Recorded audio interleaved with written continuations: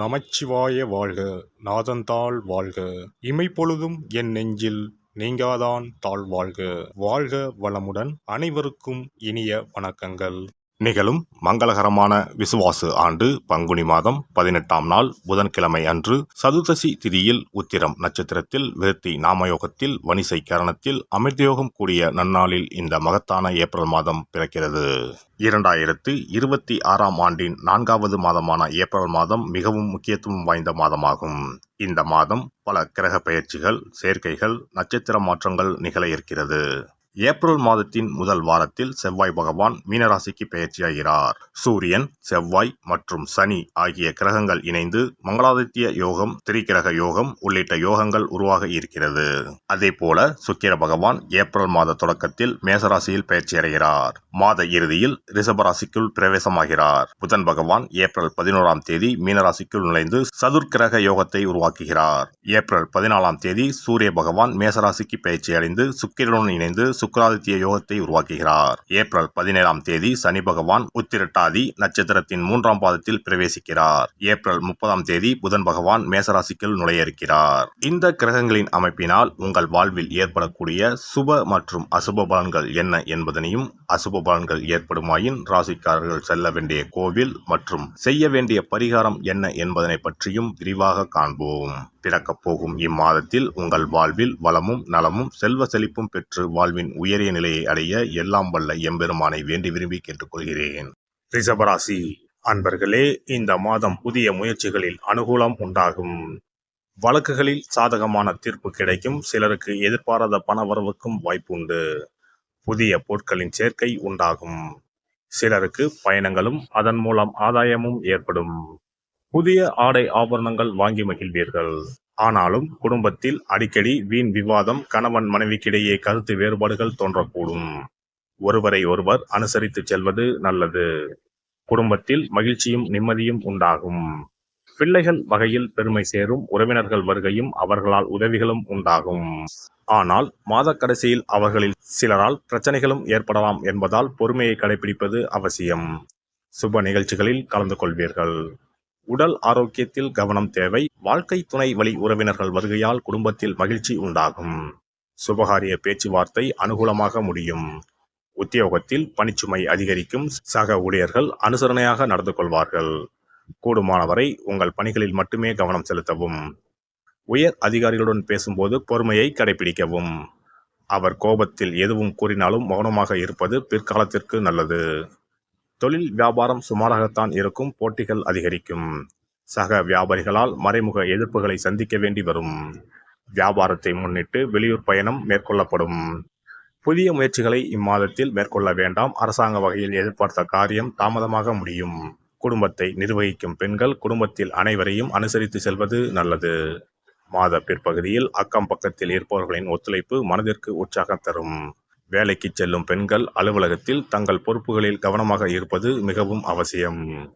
விநாயகருக்கு தேங்காய் எண்ணெயில் தீபம் ஏற்றி அர்ச்சனை செய்து வழிபடுவதன் மூலம் நன்மைகள் அதிகரிக்கும். ஒரு முறையாவது குல தெய்வத்தையும் இஷ்ட தெய்வத்தையும் ஒரே நாளில் சென்று தரிசித்து வாருங்கள். கடன் பிரச்சனைகள் தீரும். குடும்பத்தில் மகிழ்ச்சி நிலவும். மன நிம்மதி உண்டாகும். சிறப்பு தொகுப்பு. கண் திருஷ்டிகள் அகன்று தடைப்பட்டு கொண்டிருக்கும் காரியங்கள் நிறைவேற செய்ய வேண்டிய பரிகாரம் என்ன என்பதனை பற்றி காண்போம்.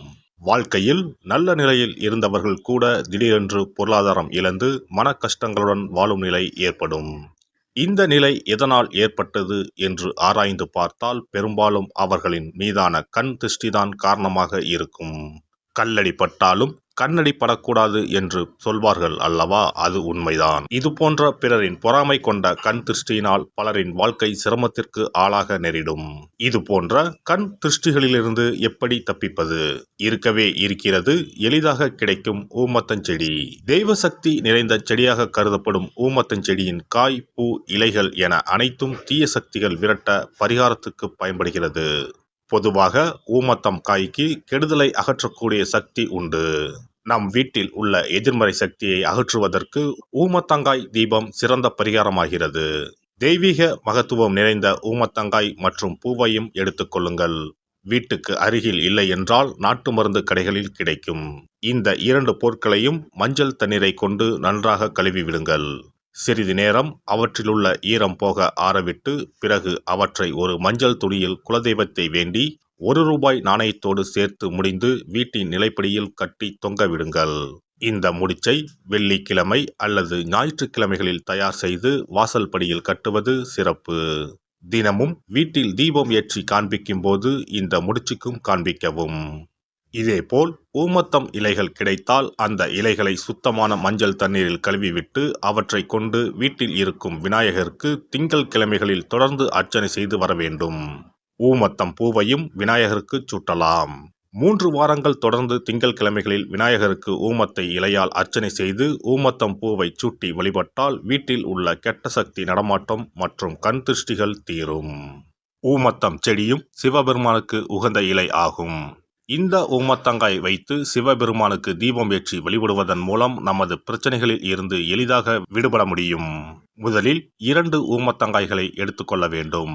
அவற்றின் மீது முட்கள் இருப்பதால் மிகவும் கவனமாக கையாள வேண்டும். ஊமத்தங்காயின் காம்பு பகுதிகளை வெட்டி கொண்டு கத்தியை பயன்படுத்தி ஊமத்தங்காயின் உள்ளே இருக்கும் விதை பகுதியை முழுவதுமாக நீக்கிவிட வேண்டும். பின்னர் 2 அகல் விளக்குகள் மற்றும் விளக்கு வைப்பதற்கான 2 தட்டுகளை எடுத்து சுத்தம் செய்து அவற்றிற்கு மஞ்சள் குங்குமம் போட்டு வைத்துக் கொள்ள வேண்டும். பின்னர் 2 தட்டின் மீதும் ஒவ்வொரு அகல் விளக்கை வைத்துக் கொள்ள வேண்டும்.